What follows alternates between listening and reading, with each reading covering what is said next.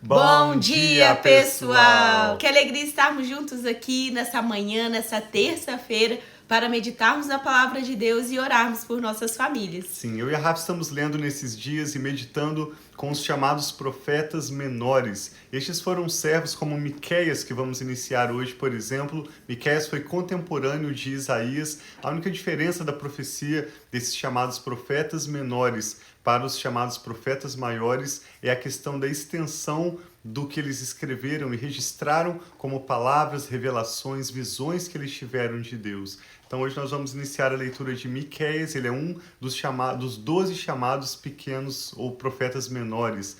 Na Bíblia original hebraica, esses 12 livros formam um único livro, mas na nossa Bíblia que temos acesso hoje, eles estão divididos em 12 livros nomeados pelos profetas. Hoje então nós queremos ler Miqueias, que assim como os demais profetas, vai trazer uma palavra de julgamento sobre toda religião corrupta, sobre toda prática da injustiça pelo próprio povo de Deus, que conhecia a lei de Deus, conhecia a vontade de Deus, tinha um chamado, uma aliança com Deus, mas havia abandonado os seus caminhos. E seguindo essa palavra de julgamento, ele vai também trazer uma palavra de restauração. A palavra de Deus, como nós vemos hoje em Miqueias 2, diz que a palavra dele é boa para aqueles que permanecem no Senhor, nos caminhos do Senhor. Então sempre haverá para um remanescente, para esse pequeno grupo de pessoas como nós, que escolhemos conhecer mais da palavra de Deus, conhecer mais o coração de Deus e humildemente viver aquilo que Deus tem preparado de melhor para nós, haverá um livramento. Então nós te convidamos a meditar conosco hoje. Até o final dessa semana vamos fazer a leitura do profeta Miqueias. Hoje vamos ler os capítulos 1 e 2 e ao final dessa leitura queremos orar pela sua vida e pela sua família. Amém. Vamos orar então, pedindo ao Senhor para falar conosco, abençoar esse tempo, esse novo livro também que nós estamos iniciando hoje. Que Deus abençoe muito o nosso dia, esse tempo devocional. Assim Pai, seja. nós te louvamos, te agradecemos e colocamos diante de ti, Pai, esse novo dia e essa nova leitura, pedindo, Pai, abra o nosso entendimento, dai-nos olhos para ver, ouvidos para ouvir, um coração que tem entendimento e humildade, Pai, para recebermos a tua palavra. Tira de nós, Pai, todo o orgulho, toda a vaidade, todos os pensamentos, Pai, que talvez nos atrapalhem a compreender a beleza da tua palavra, a simplicidade muitas vezes da tua palavra, o que parece complexo, mas é simples, que o teu Espírito, Pai, simplifica. Então nós pedimos, Pai, fale conosco, nós te amamos e te adoramos. Amém. Em nome de Jesus. Amém. Acompanhe conosco a leitura, então, começa dizendo assim, em Miqueias, capítulo 1.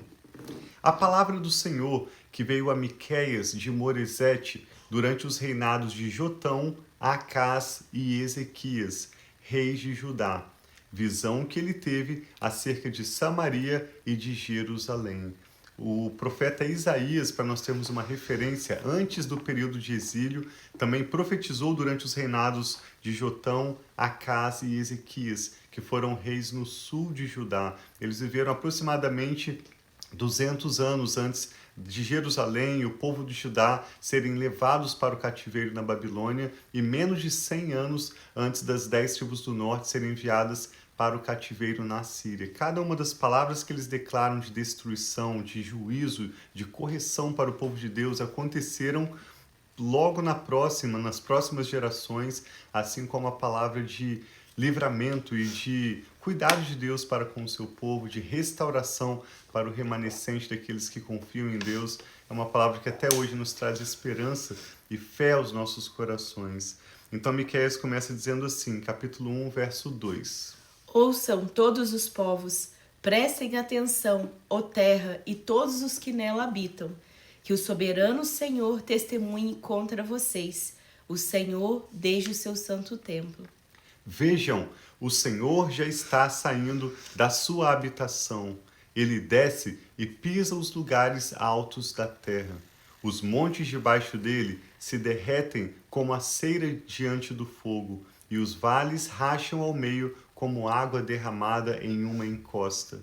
Tudo por causa da transgressão de Jacó, dos pecados do povo de Israel. Qual é a transgressão de Jacó? Acaso não é Samaria? Qual é o santuário local de Judá? Acaso não é Jerusalém? Por isso farei de Samaria o monte de entulho em campo aberto, um lugar para plantação de vinhas. Atirarei as suas pedras do vale e porei a descoberto os seus alicerces.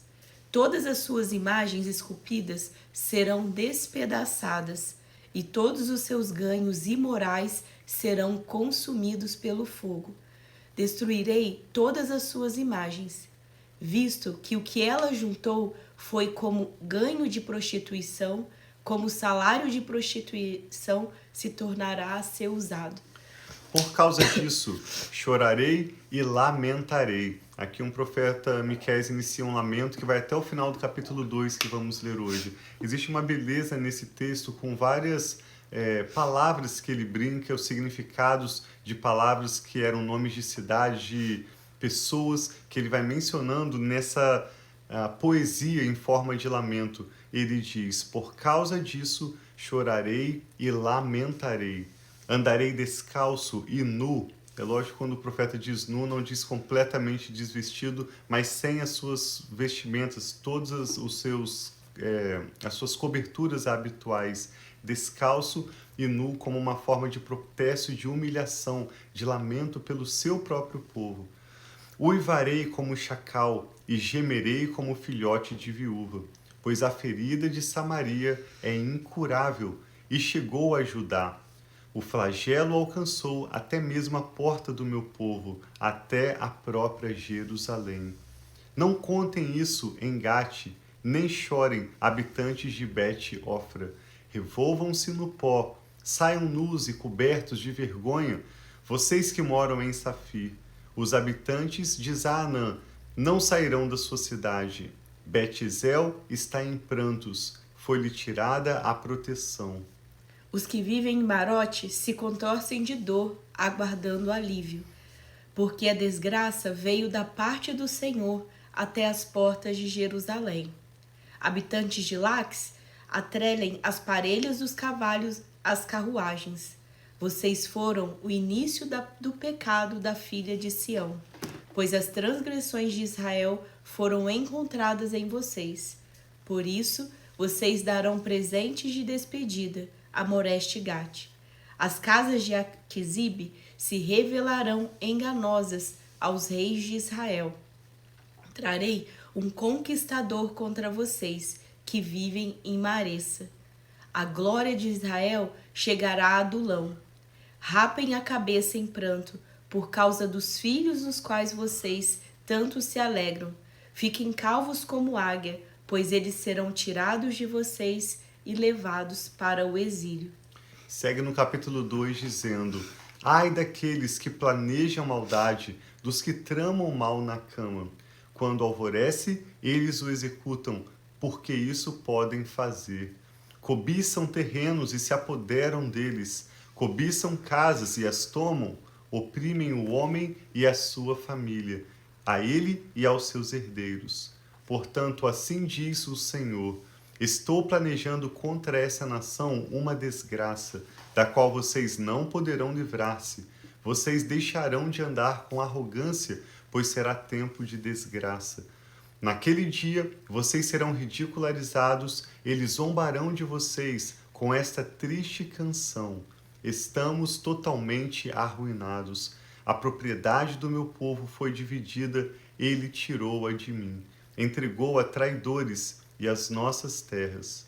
Portanto, vocês não estarão na Assembleia do Senhor para a divisão da terra por sorteio. Ele também anuncia, assim como outros, Jeremias, Ezequiel, que havia falsos profetas iludindo o povo, chamando-os a acreditar que tudo ficaria bem, mesmo enquanto eles viviam na injustiça, na idolatria e completamente fora dos caminhos do Senhor. E diz assim aos falsos profetas: não preguem, dizem os seus profetas, não preguem acerca dessas coisas, a humilhação não nos alcançará. Ó descendência de Jacó, é isto que está sendo falado. O Espírito do Senhor perdeu a paciência? É assim que ele age? As minhas palavras fazem bem àqueles que os caminhos são retos, Mas, ultimamente, o meu povo se levantou como meu inimigo. Além da túnica, arrancam a capa daqueles que passam confiantes como quem volta da guerra. Vocês expulsam as mulheres do meu povo dos seus lares agradáveis. Vocês removem os filhos delas, a minha dignidade para sempre. Levantem-se, vão embora. Este não é o lugar de descanso, pois ele está contaminado e arruinado, sem que haja remédio. Se um mentiroso e enganador vier e disser: eu pregarei para vocês fartura de vinho e de bebida fermentada, ele será o profeta desse povo. Ou seja, o povo queria ouvir aquilo que lhes agradava, não a palavra do Senhor, não o ensino da justiça, mas sim aquilo que lhes agradava, aquilo que profetizava o bem-estar deles, a prosperidade fora dos caminhos do Senhor. Sim, eles queriam continuar no erro e ouvir palavras agradáveis, mas Deus estava dando uma palavra, e todos os profetas a gente sempre percebe isso. Deus está alertando o povo, mostrando que eles estavam indo por caminhos que estavam fazendo mal para eles mesmos, mas muitas vezes o povo estava com o coração endurecido, não ouvindo a voz do Senhor através dos profetas. E aí continua dizendo: vou de fato ajuntar todos vocês, ó Jacó. Sim, vou reunir o remanescente de Israel. Eu os ajuntarei como ovelhas em um aprisco, como um rebanho em uma pastagem. Haverá ruído de grande multidão. Aquele que abre o caminho irá diante deles. Eles passarão pela porta e sairão. O seu rei passará à frente. Sim, o Senhor os guiará. Sim, o livro de Miqueias tem 3 sequências de oráculos que mostram juízo do Senhor sobre o povo ímpio, aqueles que têm vivido na injustiça e fora dos caminhos do Senhor, seguidos de uma palavra de restauração para aqueles que confiam no Senhor. Hoje nós lemos nos capítulos 1 e 2 essa primeira sequência. Amanhã nós vamos ler os capítulos 3 e 4. Te convidamos a meditar conosco e refletir como aquelas pessoas que, conhecendo o bem, intencionalmente escolhem o que é o mal, o que é errado, experimentarão da parte do Senhor juízo. Eles não passarão impunes. Mas aqueles que escolhem caminhar com o Senhor, pensem nas pessoas que viviam nesse mesmo contexto histórico de Isaías, Miqueias, depois outros profetas como Jeremias, Ezequiel, antes de irem para o cativeiro, para o exílio, eles estavam vivendo um momento de escassez, um momento de grande crise, não porque aquele pequeno grupo não confiava no Senhor, não estava comprometido com a justiça, não tinha